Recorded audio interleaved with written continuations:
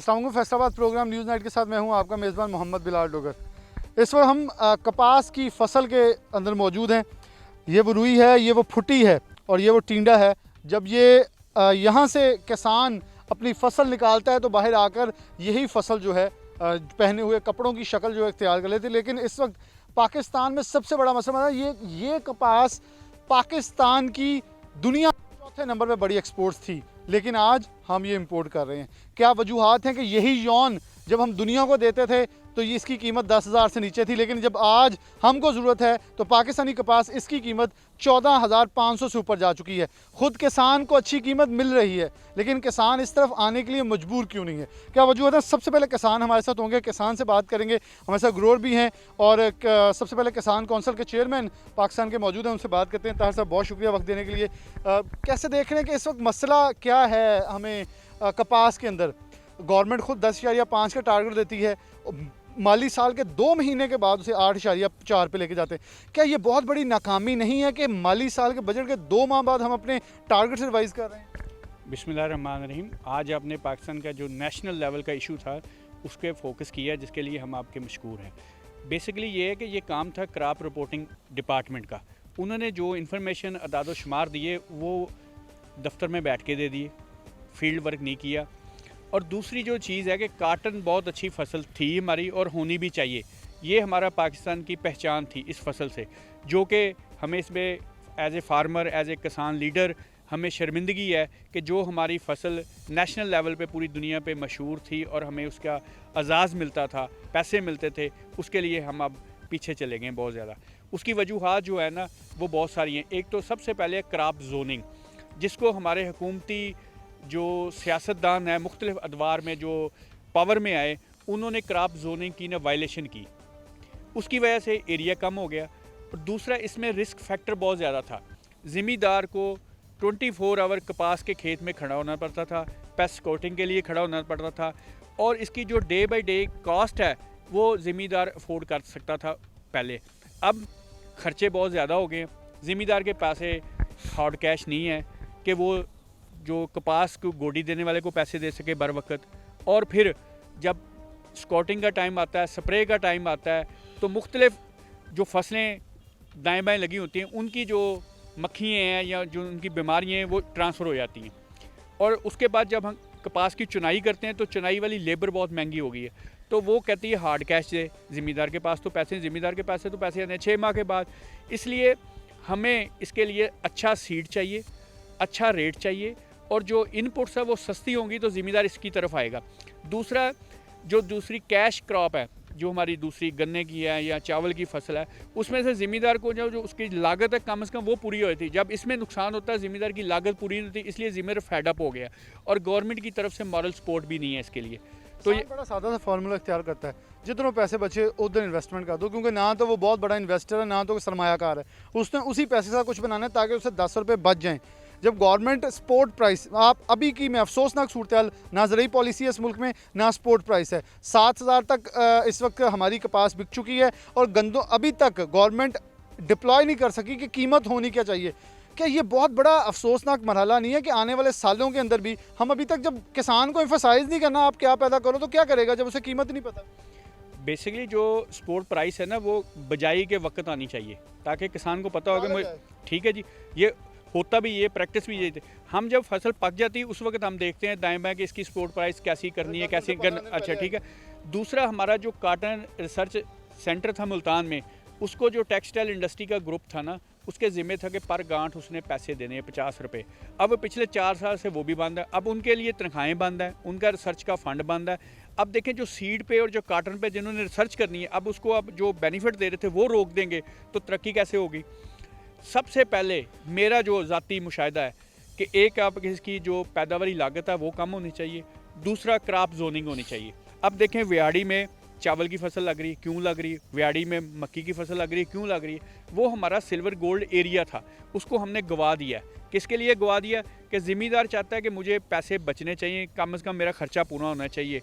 तो ज़िम्मेदार के पैसे बचाने के लिए ज़िम्मेदार को तरगीब देनी चाहिए कि ताकि वो अच्छी फसल उगाए, अच्छा बीज और काटन पे दोबारा ट्रांसफ़र हो। काटन पर दोबारा ट्रांसफ़र हो, उसे एम्फसाइज, उसे थोड़ा सा प्रमोट करना चाहिए। गोशी साहब मौजूद हैं। गोशी साहब, बहुत शुक्रिया वक्त देने के लिए।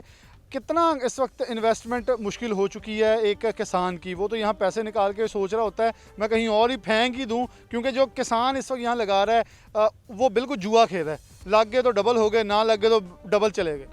बिस्मिल्लाहिर्रहमानिर्रहीम, अस्सलाम वालेकुम जी। बिल्कुल बहुत अच्छा सवाल किया आपने डॉक्टर साहब, सही बात आप कर रहे हैं कि ऐसे ही सूरत चल रही है। ठीक है ना, पैसे निकालने की, पैसे लगाने की, ठीक है। ज़िम्मेदार लगाता है, छोटा ज़िम्मेदार है वो तो बिल्कुल ही फिसा हुआ है। जो बड़ा है वो ज़रा निकल जाता है, उसको अपने तरीके से वो सब्सिडी भी ले लेता है, गवर्नमेंट से भी ले लेता है, सारा कुछ करता है वो। लेकिन है कि हमें वो असल में जो है ना, इन्होंने महंगाई पे खाद चीज़ें हैं वो हमें सस्ती देनी चाहिए। ज़िम्मेदार को किस तरीके, अभी तक वादे हुए हैं, हम भी 3 साल से प्रोग्राम 2 साल से आपके साथ लगातार कर रहे हैं। ज़राअत पे बहुत हम कोशिश कर रहे हैं, ताहिर भाई भी, मैं भी। लेकिन है कि वो असल बात ये है कि इस पे काम हो रहा है, लेकिन अभी तक ज़िम्मेदार तक नहीं पहुंचा। ज़िम्मेदार को तब मिलेगा ना जब देखें, अभी गंदम की हमने पिछली फसल देखी, 15 दिन 20 दिन पहले गंदम का रेट निकला। इवन के सिंध की, जनूबी पंजाब की गंदम आ चुकी थी, फिर रेट निकल है। जब रेट ऐसे निकले तो कैसे किसान इसके ऊपर लगाए? ये तो फिर जुए से भी बड़ा जुआ है कि इस किसान को पता भी नहीं मुझे पैसे कितने मिलने हैं, वो लगा दे पैसे। सही बात कह रहे हैं आप, सही बात कह रहे हैं। इस दफ़ा पैसे मैंने उस दिन भी कहा था, आपने मुझसे सवाल किया था कि रेट जो बढ़ना चाहिए, मैंने बताया कि आगे जाके रेट कम करें। ये रेट बढ़ेगा, महंगाई होगी। ठीक है ना, ऐसे ही महंगाई होती है, ऐसे ही जब जुआ होता है तो महंगाई होती है। कनक जो रेट मिला है ना, अच्छा, हम इससे खुश नहीं हैं। हम कहते थे हमें 1100 मिले, 1150 मिले, इससे ज़्यादा नहीं होना चाहिए रेट। इससे ज़्यादा होगा तो जुआ होगा जी।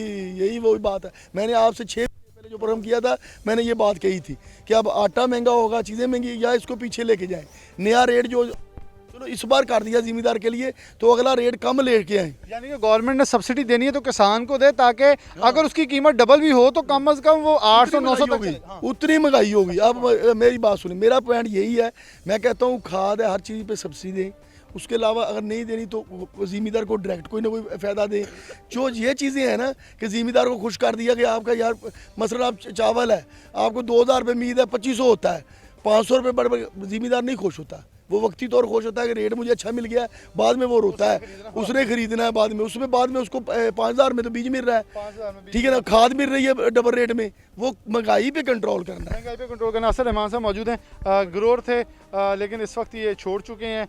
इनसे साहब, क्यों आखिरकार कपास से इतने बदजन लोग हो गए? बेल्ट थी आपकी टोबा कमालिया से आगे सारी थ्रू आउट, फिर ओकाड़ा, साहिवाल, पाकपतन तक, और फिर अगर जनूबी पंजाब तक यही बेल्ट चलती जाती थी। क्या वजूहात हैं, क्यों लोग छोड़ रहे हैं?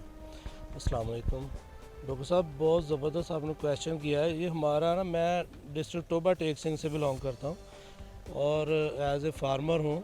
मेरा एरिया काटन का था, बहुत अच्छा था। तो ये हम पहले सुना करते थे बुज़ुर्गों से कि काटन है, ये लगाए। उसके बाद जब से मैं ज़िम्मेदार स्टार्ट किया ना, मैंने भूल ही गए, पता ही नहीं काटन है या नहीं है। मक्की, चावल और ये अजनास आ गई। हालांकि यहाँ पे अपना भी ज़्यादा है, और उसके साथ साथ ना, क्योंकि हमें एक तो गवर्नमेंट को चाहिए हमें अच्छा सीड दे, अच्छी अद्वियात दे। जो मल्टीनेशनल कंपनियां हैं वो उनको चाहिए कि अच्छी मेडिसिन दे। वो खर्चे पूरे नहीं हो रहे, ज़िम्मेदार पीछे जा रहा है। वो मकई लगा रहे हैं, गंदम लगा रहे हैं, राइस लगा रहे हैं, उससे चलो कुछ ना कुछ प्रॉफिट आ रहा है। चावल और जो जैसे चावल से मतलब नमी आती है वो अच्छी नहीं, लेकिन गंदम और मकई इतनी ख़राब फसल नहीं कि वो गन्ना तो तबाह कर रहा है उस ज़मीन को कि दोबारा कपास ही 4-5 साल ना हो। जी बिल्कुल ऐसा ही है। ये आपने सही कहा, वो ख़राब वाकई हो रहा है, पर क्या करें, मजबूर है ज़िम्मेदार तंग है। आने वाले सालों में कुछ बेहतरी, आप जैसे आप हैं दोबारा कपास की तरफ आएंगे, 7-7 हज़ार रुपया रेट मिल गया? सर आएंगे, आना चाहते हैं हम। हमें अच्छा सीड मिले, अच्छी मेडिसिन मिले, कंपनियां, गवर्नमेंट कंट्रोल करे, तभी है ना। देखो ज़िम्मेदार खर्चा करता है, आगे से कुछ नहीं मिलता। जो हालात चल रहे हैं मुल्क के। गवर्नमेंट अगर अभी कीमत दे दे, फॉर एग्जांपल 5000 या 5500, तो फिर आपके लगता है कि आने वाले दिनों में, आने वाले साल जो होगा, कपास की पैदावार में इजाफा हो सकता है? बिल्कुल होगा, मगर ये है कि सीड अच्छा मिले, सीड मिले, हमें मेडिसिन मिले और रेट अच्छा मिले तो बिल्कुल ज़रूर है कि मेरा तो इलाका सारा काटन का है। ज़िम्मेदार तंग हो के तो दूसरी फसलों की तरफ रुझान है। लगा लें, आपका सारा कॉटन का था, कितना लोग उधर से कॉटन छोड़ चुके हैं, कितने लगा रहे हैं? मुकम्मल छोड़ चुके हैं, देखने में नहीं। आप विज़िट कर सकते हैं, आके बता दें तहसील पीरमाल में कि काटन किस एरिए में है, कहीं भी आपको कॉटन नहीं मिलेगी।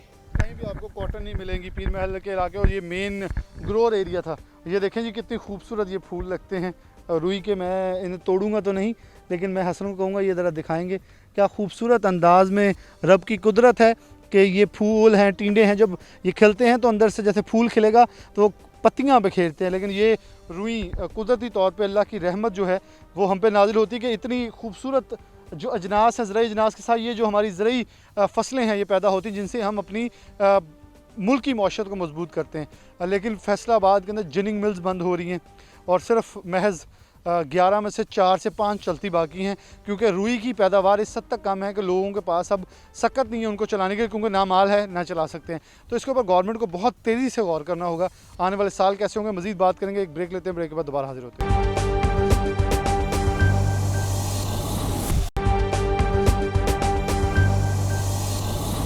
वेलकम बैक नाज़रीन, दोबारा से प्रोग्राम के अंदर खुशामदीद कहते हैं। हम आज क्योंकि प्रोग्राम कर रहे थे, एक रिपोर्ट थी एक्साइज फैसलाबाद की जानिब से, जिसके अंदर ये था कि फैसलाबाद के अंदर जो जिनिंग मिल्स हैं वो बंद हुई हैं।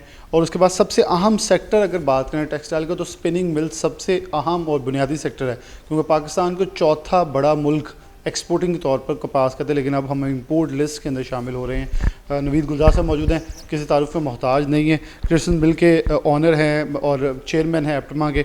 नवीद साहब बहुत शुक्रिया वक्त देने के लिए।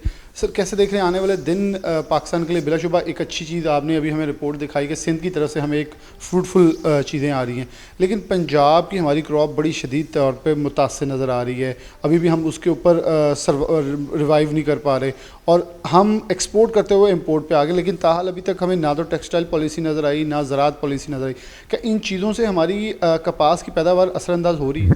जी, आपने बिल्कुल सही कहा कि पिछले आप समझ लें कि पिछले 10 साल में कॉटन की जितनी भी है उसके ऊपर कोई तवज्जो नहीं दी गई।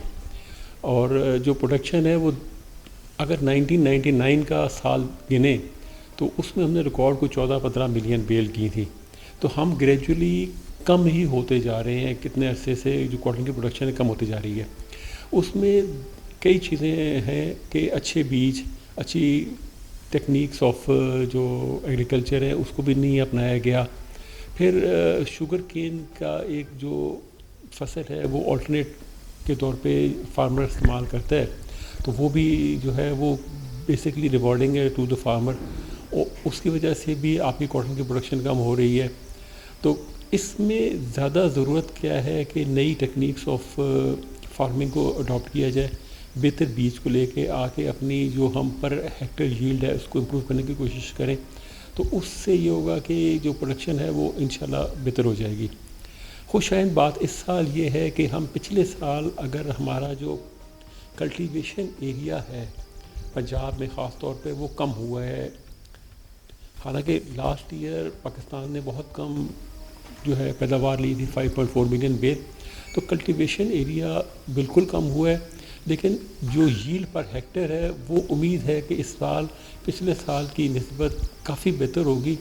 तो वो भी हम लोग एक्सपेक्ट कर रहे हैं कि अगर 5.4 थी तो इस साल जो गवर्नमेंट का एस्टिमेट है 8.4 मिलियन बेल्स का, तो पाकिस्तान शायद उससे थोड़ी सी बेहतर ही कारकर्दगी दिखा सके।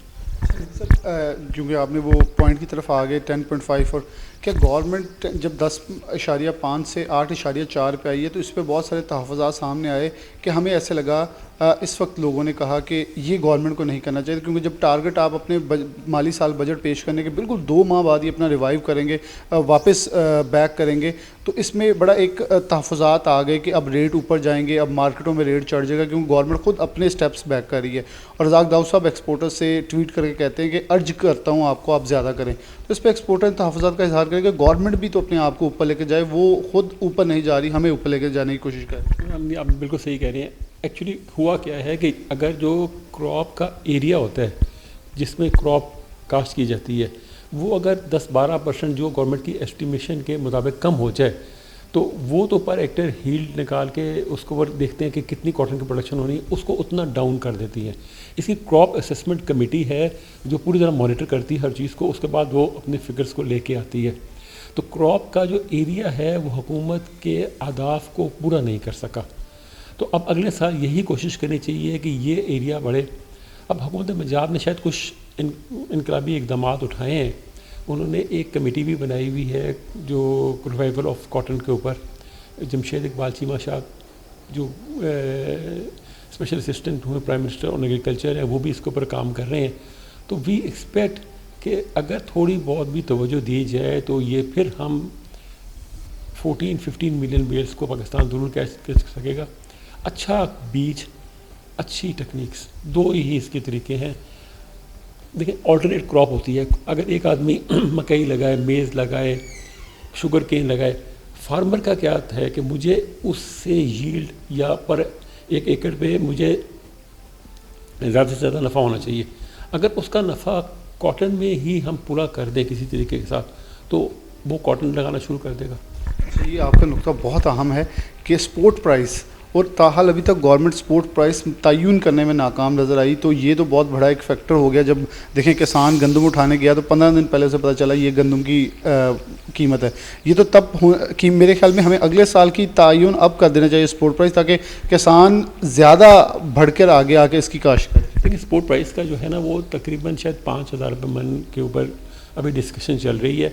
एक दफ़ा तो शायद अप्रूव हो भी गई थी, पर रज़ाक दाऊद साहब वापस गए। उन्होंने कहा कि इसको किसको और तरीके से इसको किया जाए। फिर वो कोरोना का शिकार हो गए, शायद मीटिंग नहीं हो सकी उसके ऊपर। तो हम उम्मीद वैसे कर रहे हैं शायद 5,000 रुपये के ऊपर ये फ़िक्स हो जाएगी स्पोर्ट प्राइस कॉटन की। उससे देखें अब 5,000 फ़िक्स हो जाती है, तो अब जो है वो पुटी की कीमत है। अब कॉटन क्या भाव कॉस्ट करेगी?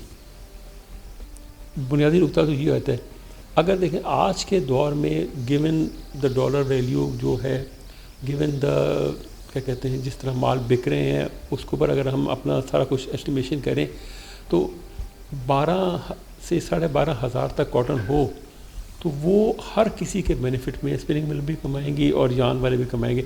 यान की प्राइस भी रिलेटिवली थोड़ी सी रिड्यूस हो जाएंगी ताकि हमारी वैल्यू एडिशन की एक्सपोर्ट बढ़ सके।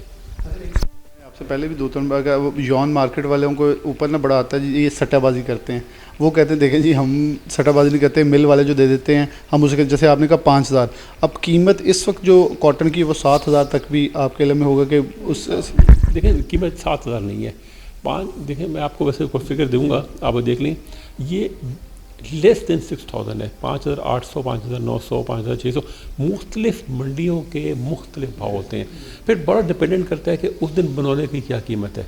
जब भी कपास की कीमत निकालते हैं तो जिनर जो होता है वो बनोले की प्राइस को पहले देख के फिर वो कपास अपनी कॉटन की कीमत को निकालता है। तो वो 7,000 नहीं है, 5,800, 5,700 इस तरह मंडियों में, मुख्तलिफ मंडियों में कीमतें चल रही हैं। But it is still higher than what government thinks के एक फार्मर को मिलना चाहिए। जो 5,000 गवर्नमेंट का ख्याल है, उससे इस वक्त फार्मर आज भी ज़्यादा ले रहा है पैसे। बिल्कुल, ये आपकी बात मैं वही कह रहा था, फार्मर को अभी भी ज़्यादा। अच्छा, मंडी के अंदर इस वक्त यॉन मार्केट में देखें तो पाकिस्तानी जो मन गांठ 14,500 को भी टच की एक बार।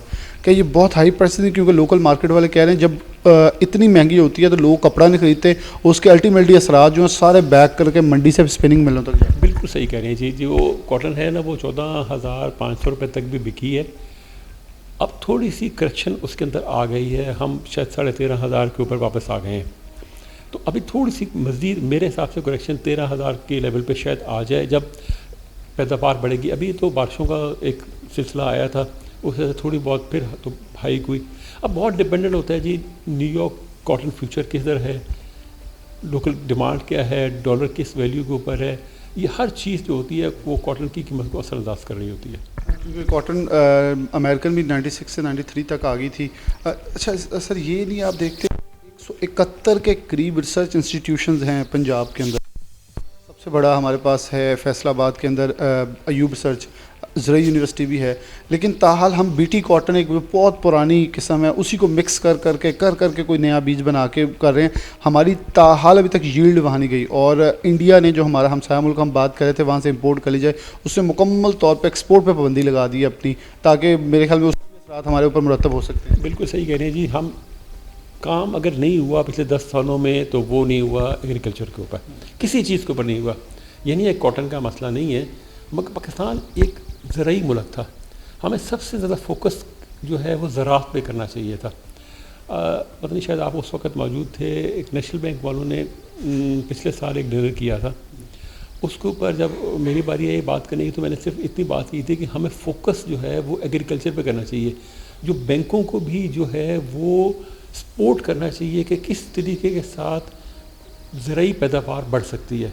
हुकूमत को, बिजनेसमैन को, हर आदमी को सपोर्ट करना चाहिए कि रिसर्च में पैसा डालें कि नए से नए बीज हो।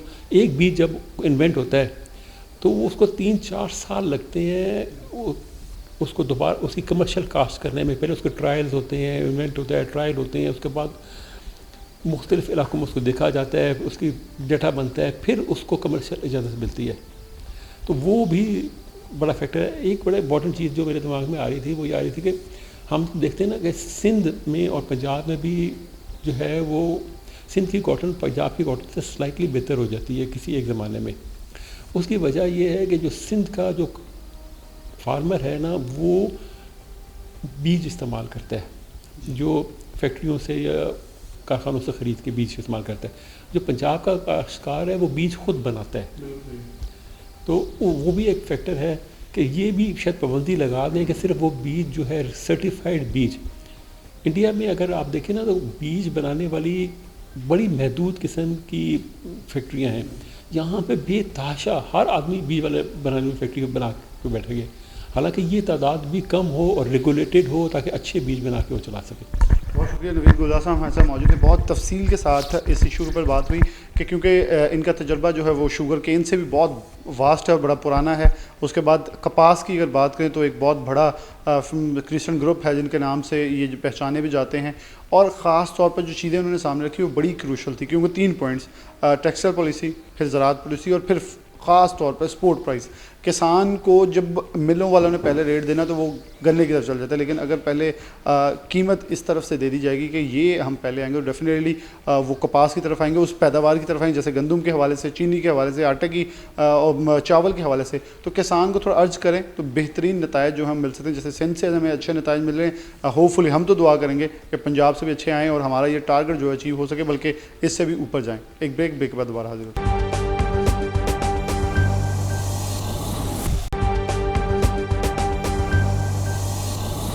वेलकम बैक नाज़रीन, दोबारा से प्रोग्राम के अंदर आपको खुशामदीद कहते हैं। डॉक्टर गुलाम सरवर साहब हमारे साथ मौजूद हैं। इनसे बात का आगाज़ करता हूँ। प्रिंसिपल साइंटिस्ट है अयूब रिसर्च के और ख़ास तौर पर कपास इनकी बहुत जो डॉक्टरेट है वो इसके अंदर है। डॉक्टर वक्त देने की कैसे देख रहे हैं इस वक्त, कहाँ कमी हम देख रहे हैं? कपास हमारी जो है वो बदतरीन नीचे आ रही है। गवर्नमेंट ने अपना टारगेट 10.5 मिलियन से 8.4 पे ले आए, टारगेट्स को भी अचीव नहीं कर पा रहे।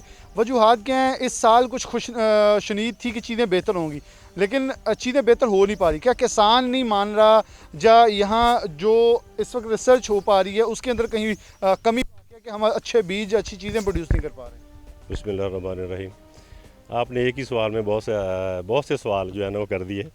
तो अगर हम बात करें कपास की तो ये है कि पिछले 5-6 सालों से जो है ना बतदरीज कपास का एरिया और उसके साथ साथ जो उसकी पैदावार और फी एकड़ जो है उसकी पैदावार और ओवरऑल प्रोडक्शन जो है कंट्री को कम होती गई है।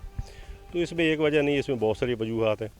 उसमें यह है कि अगर हम 2015-16 से ऑनवर्ड चलें तो उसमें यह हुआ कि कपास के रेट्स बहुत कम थे। कपास के रेट कम होने की वजह से ज़मींदार को इसमें फ़ायदा नज़र नहीं आया, तो वो दूसरी क्रॉप्स की तरफ शिफ्ट होना शुरू हो गया। जब वो दूसरी क्रॉप्स की तरफ शिफ्ट हुआ है तो उसमें वो जो शिफ्ट हुआ क्रॉप्स में उसमें गन्ना, चावल और मकई थे। अब ये दौरा जो है ना एडवर्स इफेक्ट हुआ है। एक तो ये कि हमारा एरिया कम हो गया और दूसरा ये कि जहाँ पे चावल, मकई और गन्ना लगते हैं वहाँ पे नमी ज़्यादा हो जाती है और कपास पे कीड़ों का हमला भी ज़्यादा होता है। तो इसलिए जो हमारी कपास की पैदावार थी वो फ़ी एकड़ पैदावार वो काफ़ी कम हो गई। तो जब ज़मींदार फिर उसके बाद यह है कि जब अगस्त में रेट आते हैं कपास के, तो पिछले अगर हम देखें 15, 16, 17 इन सालों में तो कपास का रेट जब शुरू में आता है सिंध का तो 3,000-3,500 होता था। तो अगस्त में या अगस्त के एंड पे अगर हम देखें तो कपास की चुनाई बहुत मुश्किल काम है और जो चुनाई करने वाली औरतें हैं वो 500 रुपया फ़ी मन लेती हैं। अब ज़मींदार ये देखता था कि मुझे तो 500 रुपये ये दे के मुझे 2500 रुपये एकड़ फ़ी बचेंगे, तो इसलिए वो, और ऊपर रेट नहीं है तो फिर आगे रेट बढ़ने के चांसेस नहीं है, तो फिर वो थोड़ी मैनेजमेंट अपनी लूज़ कर देता था। तो वो अच्छे तरीके से कपास को मैनेज नहीं करता, स्प्रे और खाद वगैरह वो बेहतर तरीके से नहीं डालता था। तो उसमें उसकी वजह से वही जो है ना ये पीरियड जो है होता है टाइम अगस्त का और सितंबर का, ये कपास के लिए बहुत ज़्यादा क्रिटिकल होता है। इस दौरान जो है ना कीड़े मकोड़ों का हमला, ख़ास तौर पे सफ़ेद मक्खी और उसके बाद गुलाबी सूंडी इनका हमला होता है। दोनों फैक्टर हुए, एक तरफ तो कीड़ों का हमला बढ़ा जब ज़मींदार ने छोड़ी तो उसकी वजह से उसकी पैदावार कम होती गई, और एंड पे ये था कि ज़मींदार को जो प्रॉफिट था वो बहुत ज़्यादा कम हो गया, तो इसलिए वो मजबूरन जो है दूसरी फसलों की तरफ शिफ्ट होना शुरू हो गया। तो इसमें जो बेहतरी की तरफ अगर हम जाएँ, देखें सूरत हाल देखें, तो पिछले साल हमारी जो टारगेट था वो 10 मिलियन बेल से ज़्यादा था, लेकिन हमारी प्रोडक्शन जो है, पैदावार जो पीसीसी की रिपोर्ट्स आती हैं हमारे पास 170 किलो बेल की, वो 7 मिलियन बेल्स हुई, जबकि हमारा टारगेट था 10 लाख से ऊपर, 10 मिलियन से ऊपर था। इस साल जो है गवर्नमेंट ने फिर टारगेट जो रखा है वो 10.5 मिलियन बेल रखा है।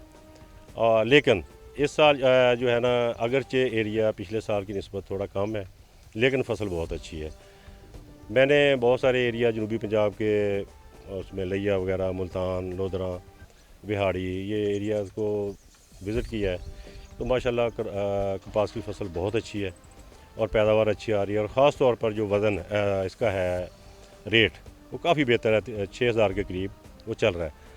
तो इसलिए इस वक्त जो है ना, दोनों चीज़ें हैं, दोनों फैक्टर हैं कि एक तो फसल अच्छी है और दूसरा रेट अच्छा मिल रहा है। तो हम ये उम्मीद करेंगे कि इंशाल्लाह अगले सालों में ये कपास का एरिया भी बढ़ेगा, ज़मींदार मेहनत भी करेगा और अच्छी जो है वो पैदावार भी लेगा। जो आपने कीमत की बात की, बिलाशुबा कीमत अच्छी निकल रही है, इवन के 6,000 तक जो है इस वक्त कीमत मिल रही है, किसान खुश है।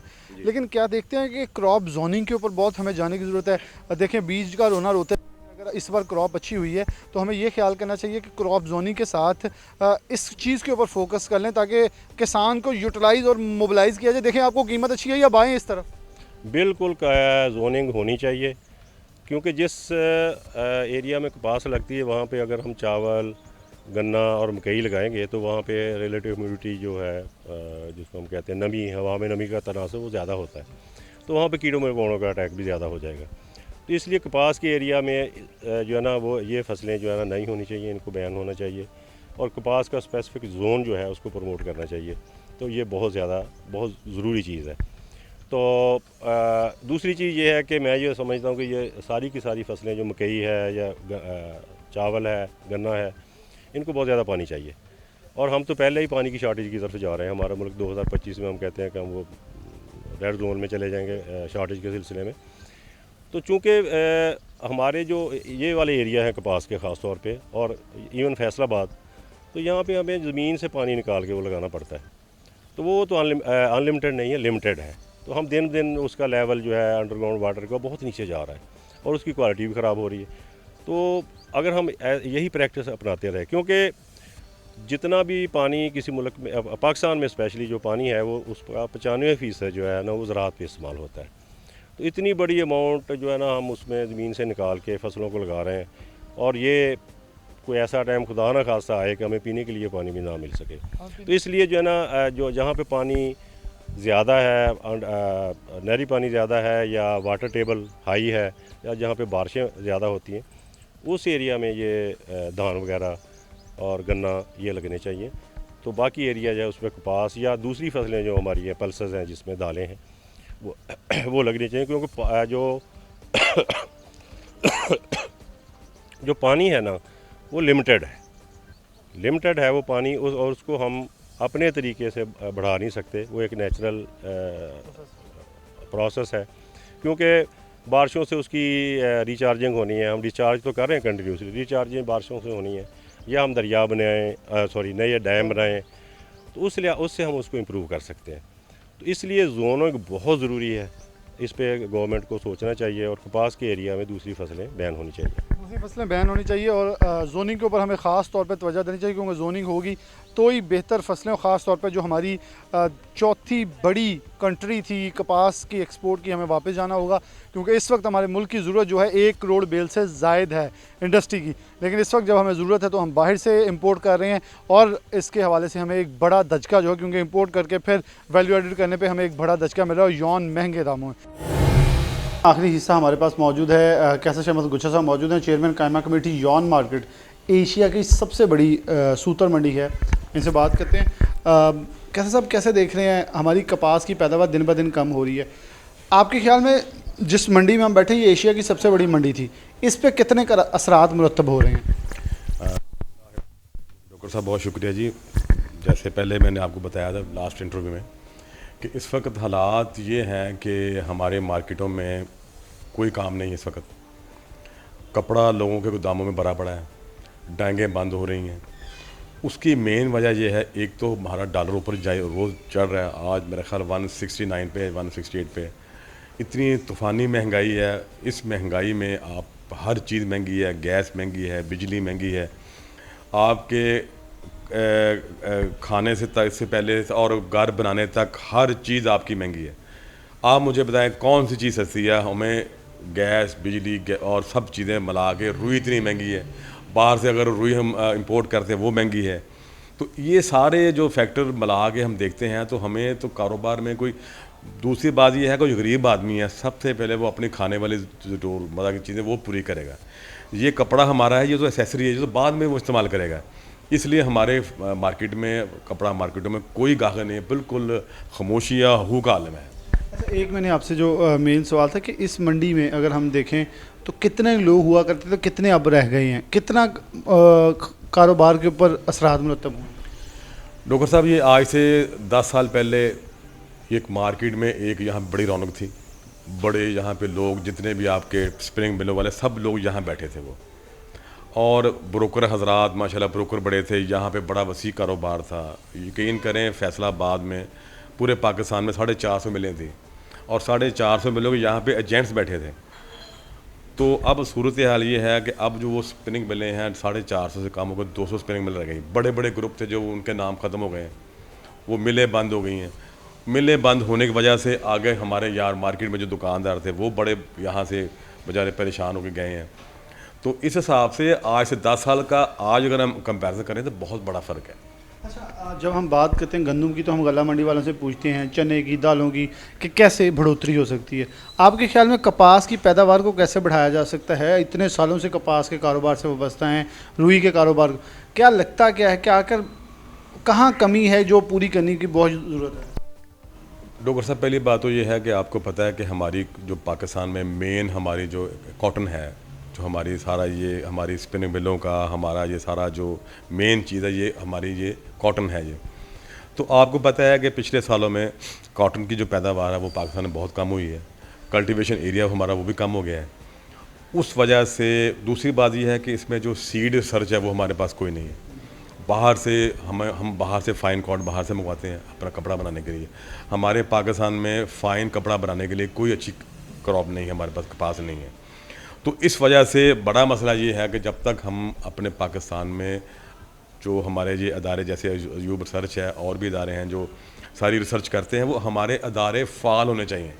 वहाँ पे उनको अच्छा सीड मिलना चाहिए, अच्छा सीड मिलेगा, अच्छी क्रॉप पैदा होगी और उसके साथ हमारा धागा अच्छा बनेगा और हमारा कपड़ा बेहतर होगा। हमारा कपड़ा बेहतर होगा। कैसा शमस गुच्छा हमारे साथ मौजूद है, उन्होंने बहुत तफसील एक जो अहम चीज़ उन्होंने प्रोग्राम के अंदर कही कि ये कपड़ा जब हम फाइन काउंट जैसे कहते हैं, अगर जिसमें हम अगर अपने देखें तो इस वक्त हमारा नेटवेयर, बेडवेयर और जो हम कपड़े पहनते हैं ये एक्सपोर्ट मटेरियल में सबसे अहम है। जो बरामदात की रिपोर्ट देखें तो फ़ाइन काउंट हम बाहर से मंगवा रहे हैं, तो कैसे मुमकिन है कि हम तरक्की कर सकें, क्योंकि जो चीज़ हमने बाहर एक्सपोर्ट करनी है वो इंपोर्ट कर रहे हैं। जब अपने मुल्क से बनाई हुई चीज़ के ऊपर एक्सपोर्ट करेंगे, वैल्यू एडेड करेंगे, ज़्यादा फ़ायदा है। लेकिन जो चीज़ हम बाहर से लेके बाहर, तो फिर हम सिर्फ और सिर्फ एक मैन्युफैक्चरिंग कंट्री बन जाएंगे जो चीज़ें ख़रीदता है, बना के बेच देता है, इसके अलावा कुछ नहीं है। तो जैसे बांग्लादेश ने ये किया, बिल्कुल हम भी उसी पोजीशन पे आ जाएंगे। हम ज़राई मुल्क हैं, हमें उस हवाले से चीज़ें बेहतर करना होंगी और हुकूमत को चाहिए टेक्सटाइल और ज़राअत पॉलिसी को फिल फॉल लेकर दोनों का कंपैरिजन भी करें कि एक इकट्ठे ये पॉलिसीज़ चलें, ना कि एक दूसरे को कॉन्ट्रडिक्शन करें। और हमारे